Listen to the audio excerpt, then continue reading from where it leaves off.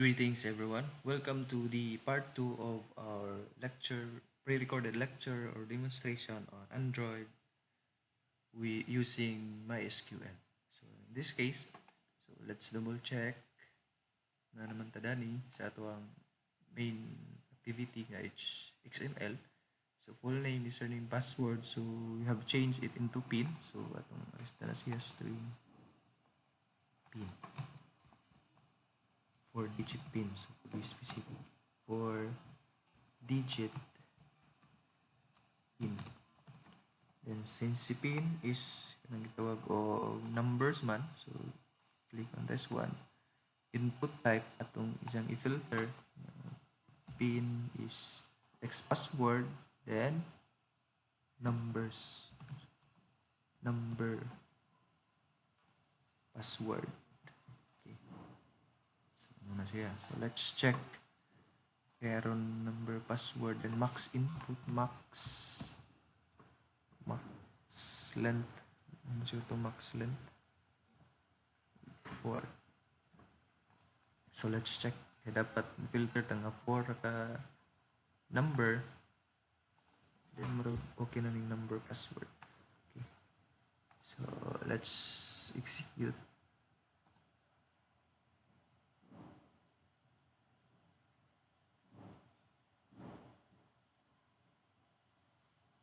So we'll wait.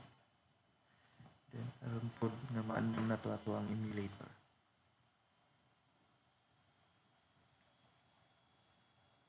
Build.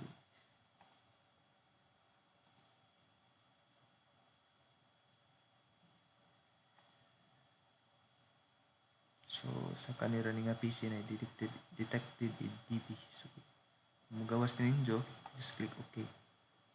So muna ito ang emulator for this project. So launching activity. Oops. 4-digit pin. So number na ni siya. 3, 4. Okay, so limit na siya og 4. So okay na. Okay, so just click stop. Okay. So in this case, we will first proceed sa ito ang Sublime. Dito sa atong Sublime. Then we will create a connection config para i-connect na to ang database o may atong gamiton aron makakonekta sa atong database. So in this case, we'll just create new folder. Just name it includes. So mo na niyo nandan nga naming. So although pwede din gamiton, pwede po magamit. Ang atong ibutang includes nga folder is ang atong PHP nga mga code nga kaysa ra nato gamon, then mao isigihan na nato gamit. So code ones, then used everywhere. So mao ni siya nga atong gamiton. Then we'll create another folder here for your PHP. Katong mga PHP ni mga code may gamiton nimo, example creating, updating, accessing the data on your database, PHP.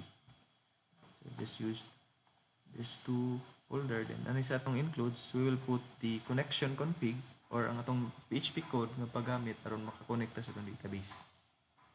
So click new file, then title pa na siya, then we have to save that one. Save, then na sa ato sa includes. Arita sa includes, right? Sa close.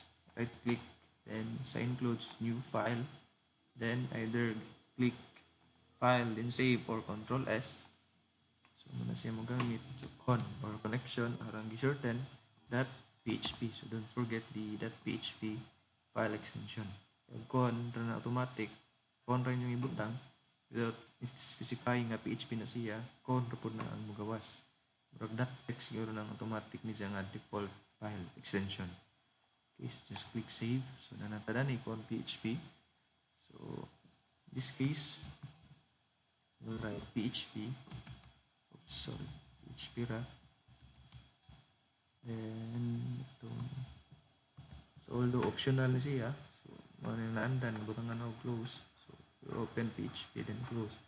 So ang mong baton din nga code, so we will declare a variable. So when declaring or using a variable in PHP, dili na nimo siya needed i-declare. So just have to type $sign then the variable name. So I'll just have to use con arong di ko maglibog kung nagamit na ho. Then butang new my SQL I open and close parenthesis. Then this one is your address or ang imong host. Okay, so you will just type localhost mo ni default bisag online and offline or dani sa PC ra. Then in installing your XAMPP, mga yun na siya og username o password or magpaset na siya og username o password. In this PC, I just set ang pag-install dani, although I'm not the one who installed this XAMPP. So ang username na niya is root. Then ang password niya dani is empty. So don't kuhan lang na siya open and close double quotation. So ignore nga ang word nga localhost na open and close double quotation. A single quotation, sorry. Then comma root the username sa katong pag-create na dan pag-install na sa XAMPP, then ang password, then comma imuhang database name. So tignan na ta localhost root ang username, password, then ang imuhang gitawag og database name. So katong database name nato is MySQLDB. So small letter tanan. So MySQLDB. Then don't forget the semicolon. So sa PHP na semicolon. Then may natay condition if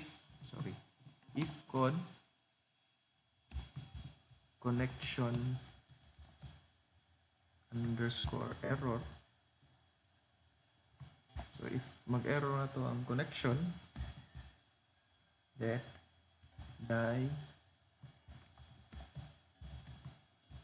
connection failed. Then that con, it means concatenate con, then ang connection error. So say error sa atong connection semicolon. Okay, so let's save. So let's check if magka-connect ba ta sa itong connection. So sana siya pag-check dari ta sa itong local sa browser, then we type localhost slash unsa to ato ang name sa atong XAMPP or sa ato ang htdocs my PHP code. So ito na siya type my PHP codes. So ano siya magawas, ano ang ato ang includes, ano ito ang PHP sa atong PHP wala isod balik sa parent directory dira to includes. So we'll click on connection ph. Sorry, natay gitawag og undefined property connection error. So natay connection, so it means dili successful atong on line 4. So let's check on line 4. We have to connect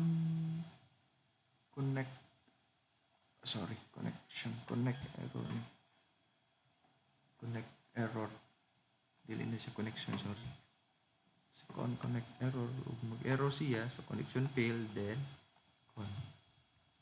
so save, don't forget to save or control S or save all arong di ba mo save tanan, sorry, save save as na save all. Okay, so let's check reload. Okay, so it means okay nga to ang connection. So wala na nigawas nga error, so okay nga to ang connection. Okay na ang atong connection sa atong PHP to our MySQL. Okay, so in this case, let's proceed to our main function. Oops, sorry, dari tao na sa atong unang button sa atong main activity, mag-code ta sa ato ang save button. So before that, mag-create ta og PHP na mag-save mo itong gamiton para mag-save ta og PHP nga atong i-code aron mag-save og user ngadto sa ato ang table na user details. Okay, so sa atong PHP, right click new file, then Tapos yan i-save, Control S, all file, save as, or save. Then, nana siya sa PHP codes, nice, PHP. Okay, so, in this case, arito sa itong gamiton, save user laman. Save user.php. So, file name, make sure na wala space, then .php ang file extension. So, cancel na. Then, question mark PHP. Then, close. So, although not necessarily na sila. Okay, so,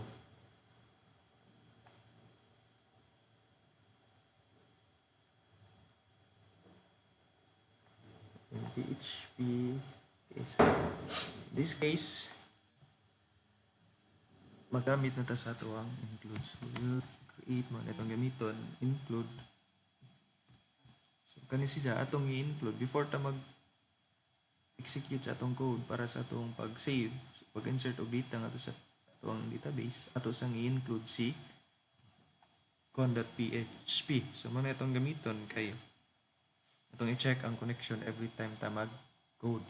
So, naman ka sa PHP nga folder, kani, then, yung button, pero matawag nimo si con.php. So, aron matawag nimo si con.php, aron magamit nimo nga variable. Kay naka-public ni siya nga variable sa imong con.php. Kamo ni itong gamiton every time nga mag-create og query. Sorry. Okay, so double dot means exit gawas. Same siya og concept sa CMD. So double dot, then /, then ang folder. So includes the folder, then con.php. Okay, so this time, so sa ato ang main activity, di ba, nag-save nimo ang imong ihatag is full name, username, 4-digit PIN, o email. So, ang isa imong sublime, so, create a if condition. So, manay gamiton o muna siya nga part, din nga part, mudawat og kanang gitawag og data from Android Studio, then isa ni PHP sa imong save user PHP nga code, then mo na isang ihatag ato sa imong database. So, if na condition, kung naa siya ihatag, okay. Kung wa siya ihatag, so it means wa siya i-data nga or empty ang imuhang nang gitawag og text field sa imong Android Studio. So, just code this one iset, so, or iset, inis pagbasa, then we'll use the post method. Post, then open and close bracket, then inside na open and close single quotation. Then, ang gamito na to, muna itong identifier nga kaning first nga post para ni if name or full name. Then, we will create another na code, another iset, so okay, dapat na kompleto ni siya usa ta mag-save, dapat na full name, na username, na PIN, na kitawag og email na po, yes, na PIN. So, another na po iset, then for post, dapat capital ni si post, then variable, then si username, for example, username. Then make sure nga ang imuhang di ka maglibog sa imong open and close kuha na parenthesis, kani siya pair na siya, kani siya pair na siya, kana pod pair na siya. Okay, so di siya kama and sa iset, then post, then variable gamiton para ni pin, so pin na lang, pin code, code, then para ni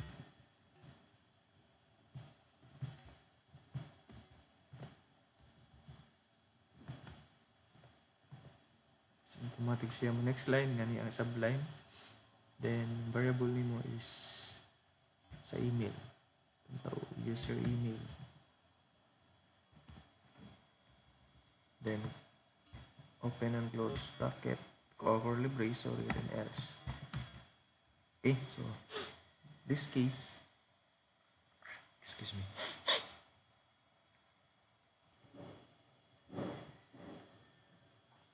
in this case, sa else, it means walay og else siya, it means why data nga gida ang imong or why data nga na-receive ang PHP wherein ang use fifth name, username, pin code ug email wala siya kadawat og dani nga mga data. So else wala siya data ang tao create a variable save status. Kani siya is mo niya atong gamiton aron mag-set og mo ni nga variable atong gamiton moy nang gitawag og atong gamiton siya nga variable later on mao ra pud ni atong i-return gikan ni PHP adto ni Android dong ni Android Studio. So siya mo mag-save sa kung say gusto nimo or siya mo dawat sa imong gusto nga i-return ngadto ni Android Studio. So ato ni siya butangan og tag. So mura na siya og array or string build ni siya nga every kuan, for example save status, then index ni mga success or tag ni mga success na siya equivalent value. So atong butangan na jag 0, so it means nga ang tag success nimo sa imong save status 0, so it means failed siya or 1 ba na imbutang or 2. So kung nandan og 0 siya, it means failed. So then change na po ka save status para po ni sa imong message nga itong ipa-display nga to sa imong Android Studio. Okay, so message, so nakaitag ng message, so same na siya nga variable pero na siya yung mga tag or index o sa ari pa index, so tag na siya tanan na niya masud. So save status nga tag success 0 siya, it means an integer. So save status MSG nga tag or message ang shorten, then ato siyang butangan o no data received. So it means why data nga username, full name, pin code, and email. Don't forget the semicolon. Then to gitawag ko to return the data sa imong PHP ngadto sa imong Android Studio mo nang tag echo JSON encode. So mo ni ang JSON encode unsa nga value kinsa ang naa ni save status.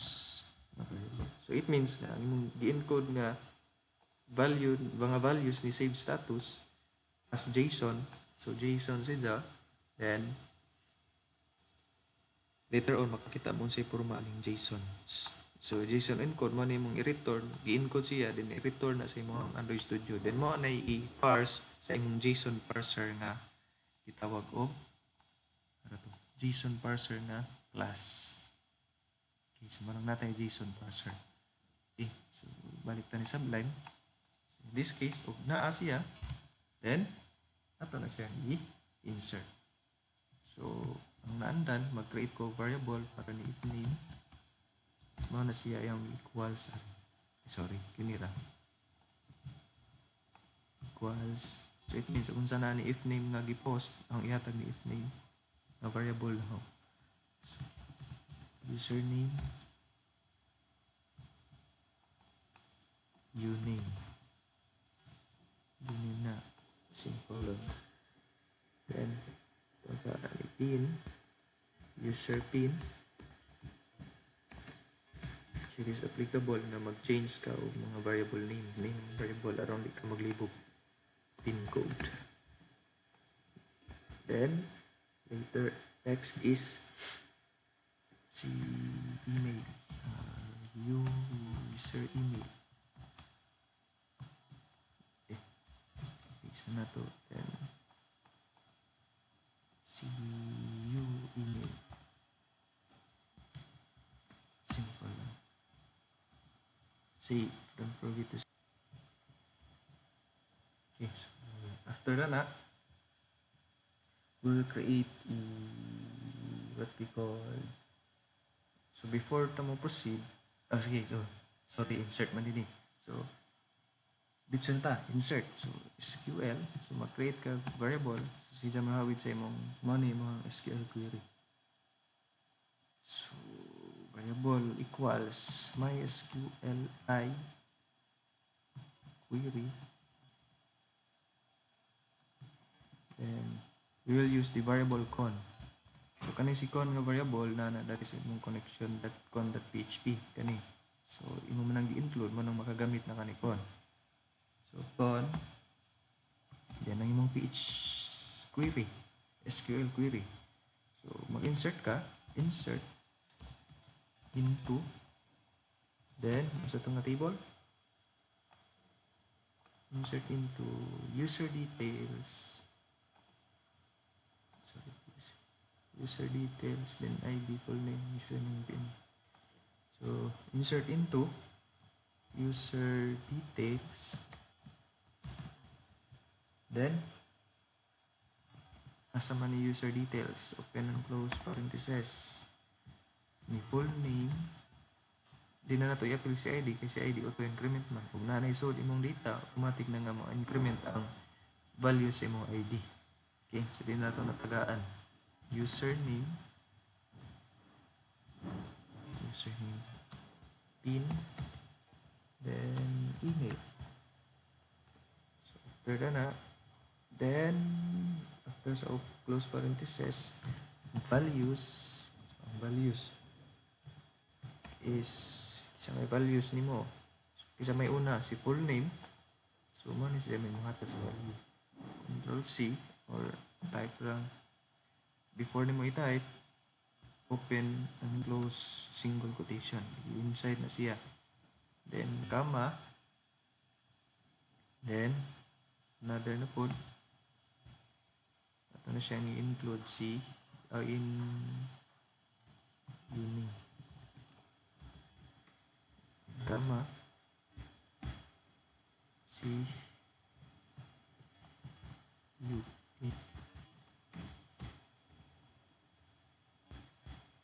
then si sa mani u email. Don't forget the close quotation as close parentheses in values. They open parentheses, nilang close. So, mana siya imuhang itawag og PHP code or SQL code, SQL query. Okay, so after that na, sa imong SQL query, if atong i-check if na-insert ba dyan na siya or wala. So if MySQLi affected rows, so diyang i-return na ni ang nabay na affected na rows. Kinsa man katong imong connection na PHP. And close parenthesis, connection of PHP. Then equals or greater than ni 1 ba siya? So it means kana ay changes else. So if ang imuhang gitawag og MySQLi, so mo imong SQL query atong gihatag ni SQL nga variable, then so ang imong MySQL query connection pag insert nimo og na-say na-insert, so it means na affected nga rows. Ug na-affected nga rows which is greater than 1, so it means na-save or na-insert sa imong data or na-insert nga to sa imong database. Ug wala, or out to sa table, specific table, may user details. Ug wala, so wala yung change nga imong affected rows. So ug naa, it means greater than 1 or equals to 1, so it means na na-changes. So mag-return ta og status or JSON atong ihatag ni similar ra ni save status aron di ta maglibog aron di ta magdaghan og JSON encode. So status, although nga kung sa imong dani nga value dili naman na mo so dire kay naka-conditional man ta. Okay. Status, so si success equals to 1. So it means kung 1, gusto na kung 1, it means successful siya og 0, not successful. So, gamiton save status yapon. Then, ang message, Now, MSG. Later on, kay bawo mo unsay gamit na nilang mga tags. Then message, then or MSG. Itong message is user inserted successfully.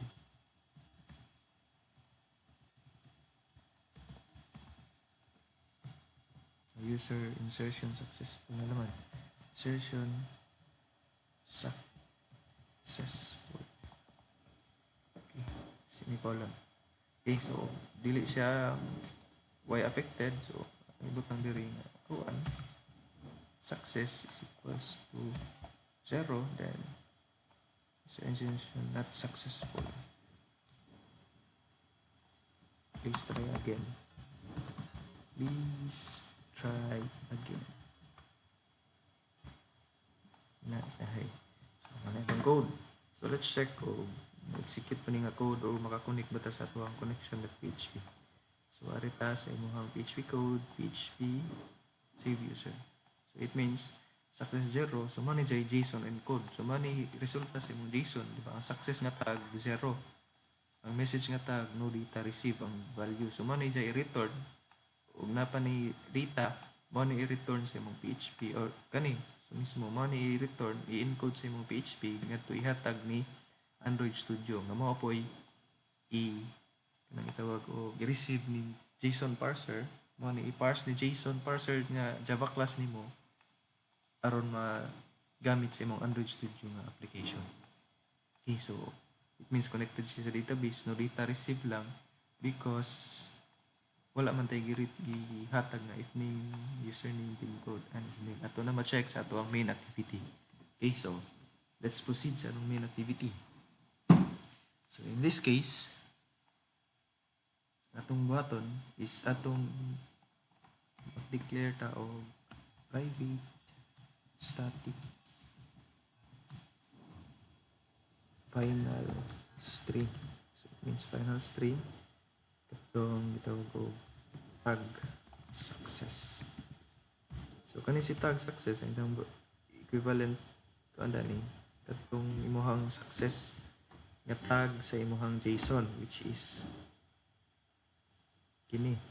So make sure na pareha ni sila og spelling, lowercase or uppercase ba na sila.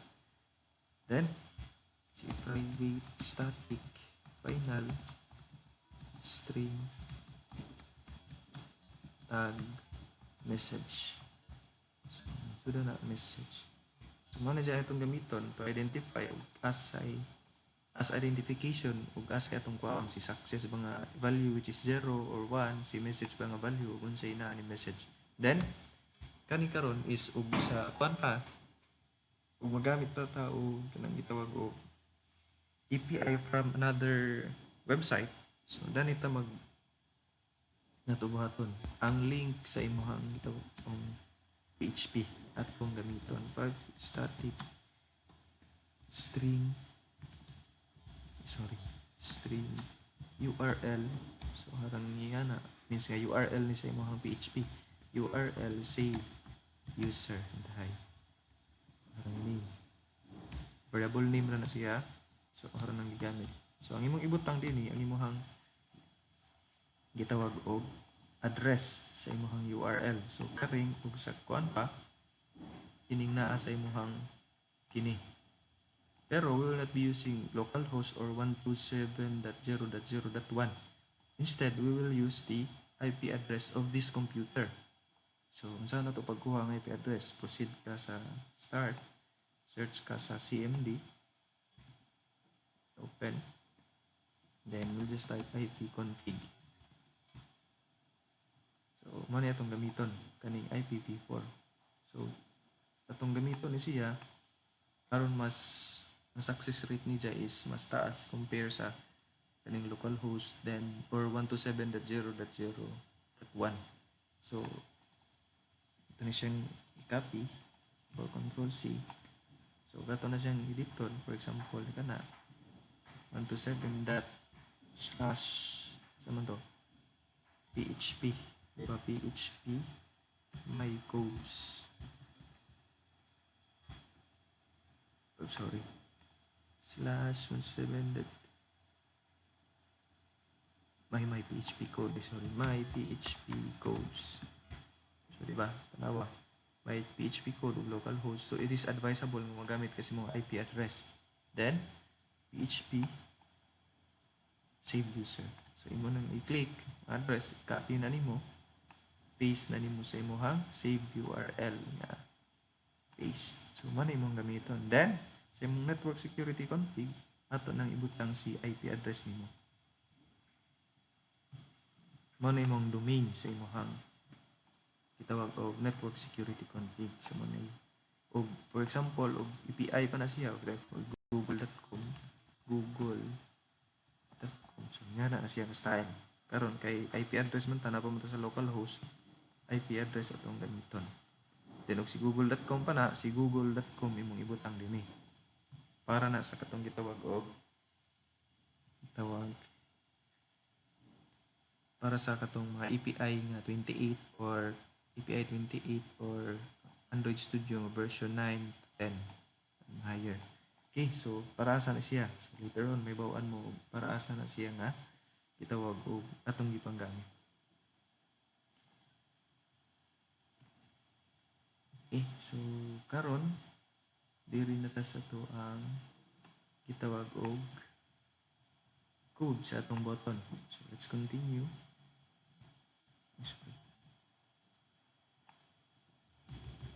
In this case, mag-create ta og class. Save user data. Okay, so class save user data. So kamo ni bala unsa ang pag name. Then extends async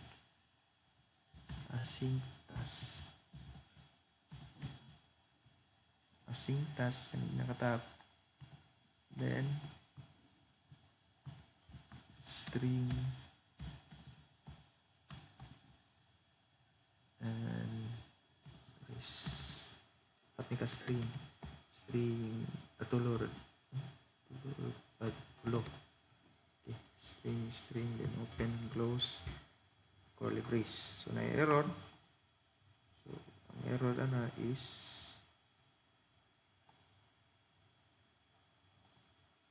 sorry, dili siya curly brace kundi lesser than or greater than na sign. Async task open angle bracket then close angle bracket. So natin error. So implement methods. Do in background. So okay. Then yun lang siya kay kana. So mag right click ka babaw sa imong do in background or anywhere outside sa imong do in background. Pwede diri, pwede dari. So when generate override methods on pre-execute, click mo na. Then generate right click generate then override methods, then on post execute. So on pre-execute pwede ta mag-add dari og itong mga dialog, itong loading nga styles, pero may bawaan nimo later on ato na nagbabawaan sige. Okay, para kung sa atong pwede ibutang daning pre-execute o sa post-execute. Okay, sa imong do in background dinita mag create or mag-communicate sa imuhang gitawag og PHP using the JSON parser. So you just have to create type catch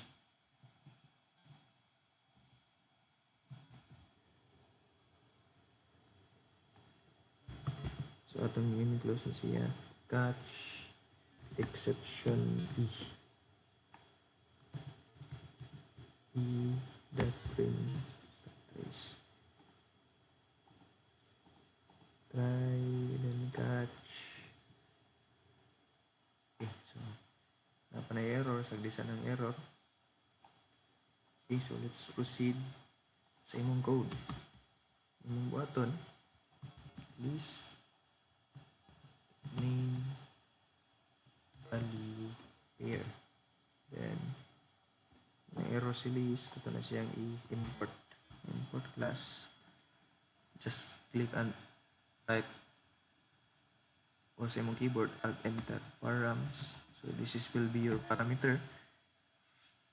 So params or parameter, so kami bala new array list.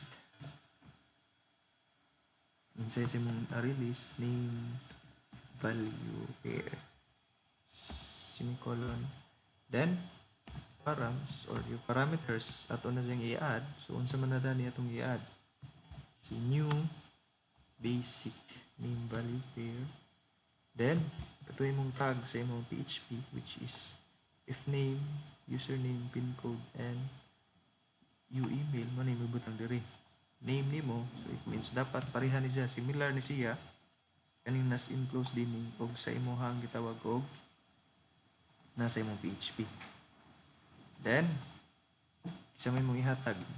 So ang imong ihatag na since nagamit ka og katong sa ato ang SQLite, nag-hold if name, hold uname, hold pass, hold email nga mga value nga mohawid sa imong full name nga nasa imong text box, username nga nasa imong text box, password nga sa imong text box, ug hold email nga nasa imong text box. Okay, so man itong gamiton. So it means nga si hold if name may mohatag og value ngadto ni if name ngadto sa imong PHP semicolon. Itong i-duplicate na duplicate control D, butang nimo imong cursor dire, then i-press ang control D, duplicate na siya. If name, then uname, change na to na pin code, then you email.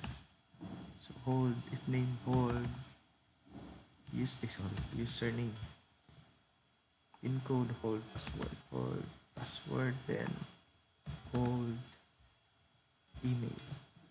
So muna siya. Then after na return.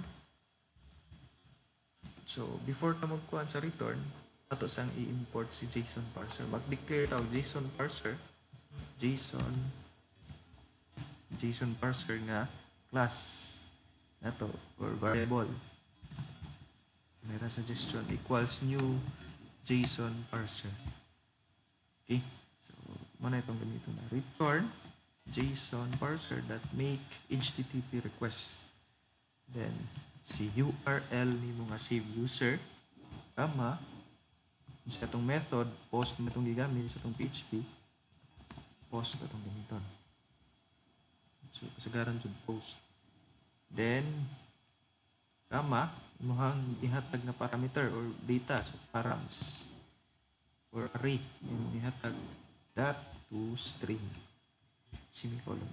So mana na siya. So save user sa do in background ni siya, so take note man siya. Then after ana arong medyo nice siya tanawon, mag-declare ta dari o kuan progress dialog dialog. So kanin siya atong gamiton dari na sa atong pre-execute. So dialog that set message, so ito tawag registering user or registering. So gawas, then i-dialog atong issue. Although you can customize what type of dialog you can use, then sa imong post execute atong delete ko ni i-dialog post execute, it means human na og pag-execute. Kani si pre-execute sa wa pa execute, mag-display ta og dialog box na ay registering, then i-dialog that ato na siyang i-dismiss diri nga part. So post execution, yun ang i-change ni si string s, so string data kamo pwede bahala kung sa inyong gusto na siya ang modawat sa i-return ni mong JSON parser. Ang value na ni nga string dawaton ni data. So ug naa siya, so it means why sud ang imong or wala siya ka sud sa imong pag-connect sa imong Android na to sa imong PHP. So tangtanga na if data is not equal to null, dili siya null, it means na gi-return na value, else ug null siya, wala siya, either wala siya ka-connect sa imong server or sa imong database, or wala kay connection, or sa online pa wala internet nga na, so wala yung response ang imong server na to sa imong Android application. So atong butang message ani toast.latex get application context. So imong message dani tatawag server no no response from server na lang. No response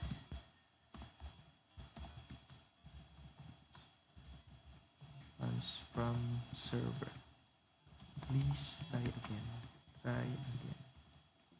Later. Or try again ra. So, bala. Then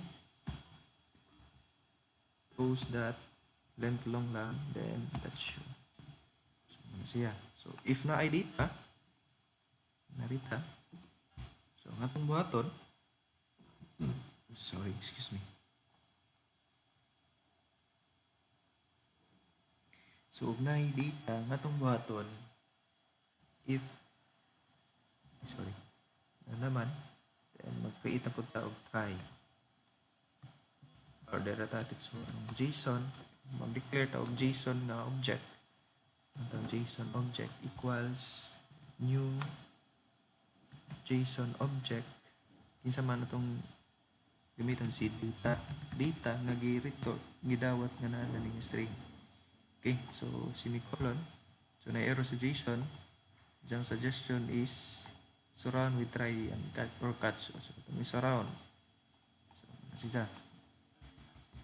So imong buhaton na is darita mag-declare ta og variable int success is equals to so si JSON object na katong gigamit gi-declare as variable dot get int.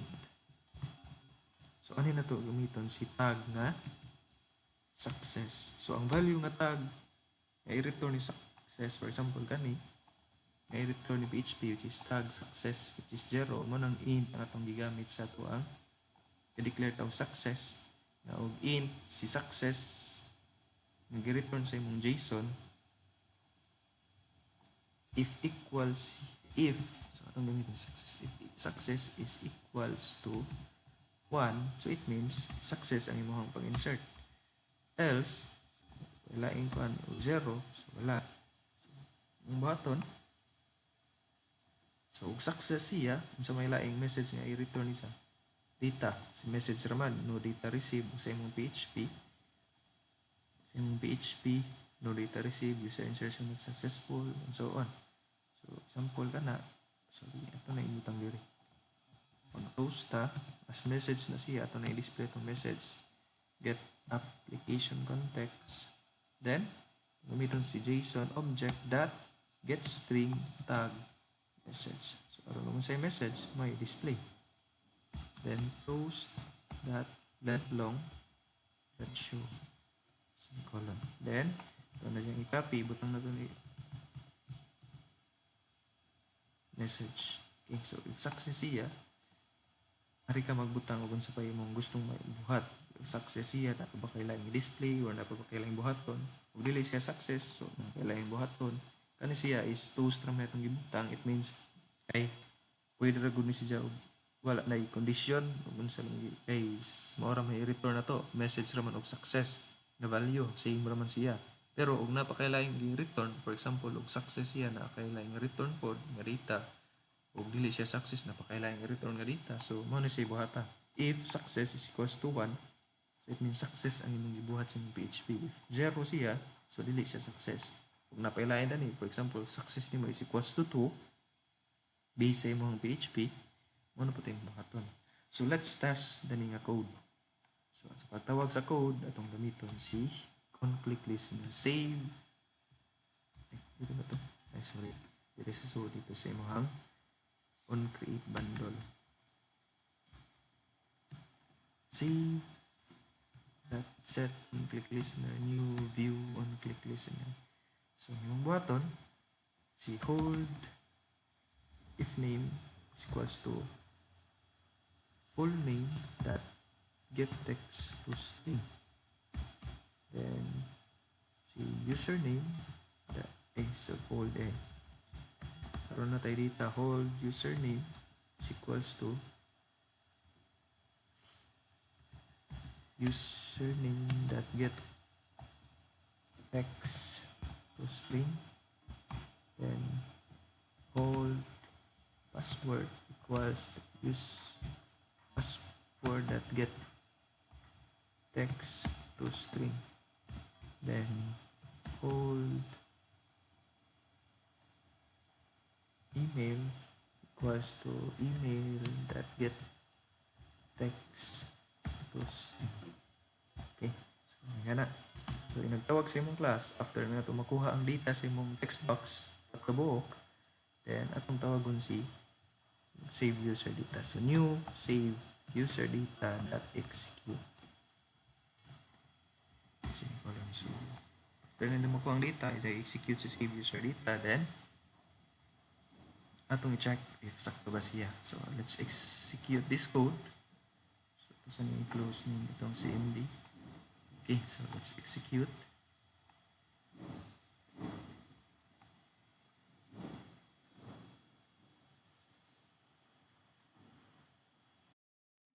So wala error. So mag-test ta. Mag-tawag monkey. So username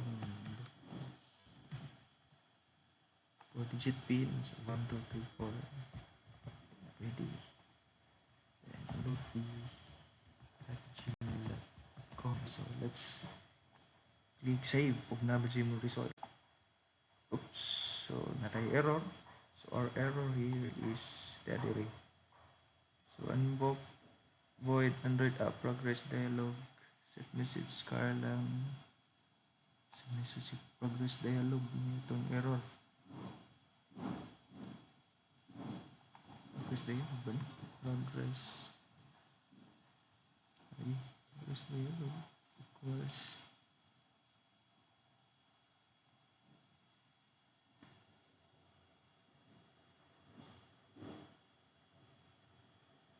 natay error ni progress dialog. Kaya sa siya.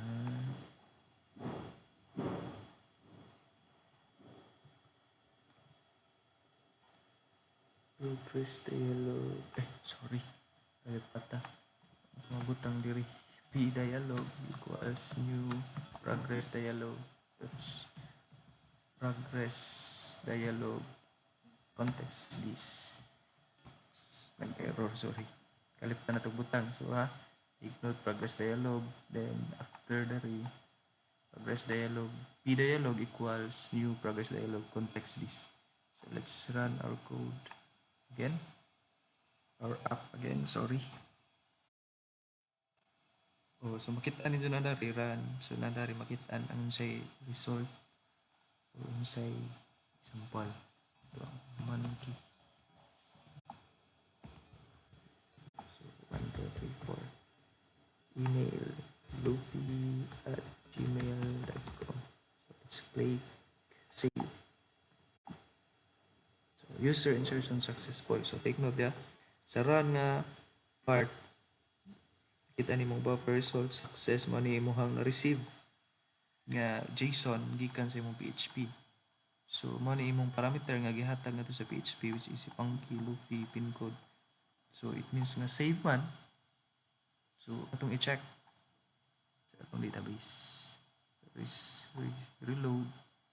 Okay, so Monkey Luffy 1234 Luffy at gmail.com has been inserted on your database. So what if o katong i-save siya balik? So atong i-save ato itong okay. So ma-insert pa kapon siya. So click nimo, oops, insertion successful. So dapat wala nay. So dubli ni mo Monkey D. Luffy dapat isara ta siya dapat, di ba? Okay, so in case may tabo ni gusto ninyo nga usara jud siya kay nga atong gigamit nga primary key kay kanimang ID. So imong buhaton adto sa imong PHP MySQL. So, before ka mag-insert, imo sang i-query if si Luffy or kadto nga username na ana ba. So mag-create ka new SQL check. So atong i-check. So MySQL query con then semicolon, forget, select asterisk na lang siguro karong tanan from user details, database or table, sorry. User details where sa nga itong gamiton or basihan si email ba or si full name, si full name na lang, or pwede full name o si email. So si karon is full name na lang atong gamiton, where full name is equals to kinsa man full name na imong gihatag po, if name then sorry, if name equal siya, so it means ni exist. Wala siya ma-exist. Okay, so ato na siyang i-enclose. If aron pagkuan og naa ba jud atong paon ang count sa rows kung naa ba jud siya. If si SQL QL check ang iyang number of rows nga gi-return, num rows nga gi-return is greater than 0, so it means na ay ni-exist nga kana nga username. Else wala ma-exist. So ato ni siyang kuhaon, wala siya ma-exist, ano na ta mag-insert. Copy na to na siya, then atong i-paste na diri. Okay. Atong di siya maglibog. Kana siya is okay, so ni-exist siya, so it means ni-exist ang ato ang user. So itong butang na code diri or nga option or status, si user already exist. So itong save all aron sure. Save all, paligtan ni app. So kung naka-changes yung PHP, no need to rerun your app. O sa PHP ra ka na changes. Kung naka-changes sa imong code sa imong Android Studio, so imo jung i-rerun si app. So atong i-save na. Oops, user already exists. So atong i-change na yung monkey 2. I-save na si monkey 2. So, insertion successful, which checks atong database. Si monkey 2 na. Okay, so nga na siya. Atong delete to siya. Atong later on, di ta magka-conflict. Okay, so nga na siya. So manay siyang code sa imuhang gitawag og save nga class para sa ato ang Android Studio, then mo ni ato ang PHP code. Okay, so that's it for this video discussion to shorten the time, kay almost 1 hour na. So later on the next video discussion, we will discuss on updating, then if makaya, proceed natin delete. If makaya po, we'll proceed on view all data and search user info. Okay, so that's it for this video discussion. Have a nice day, everyone.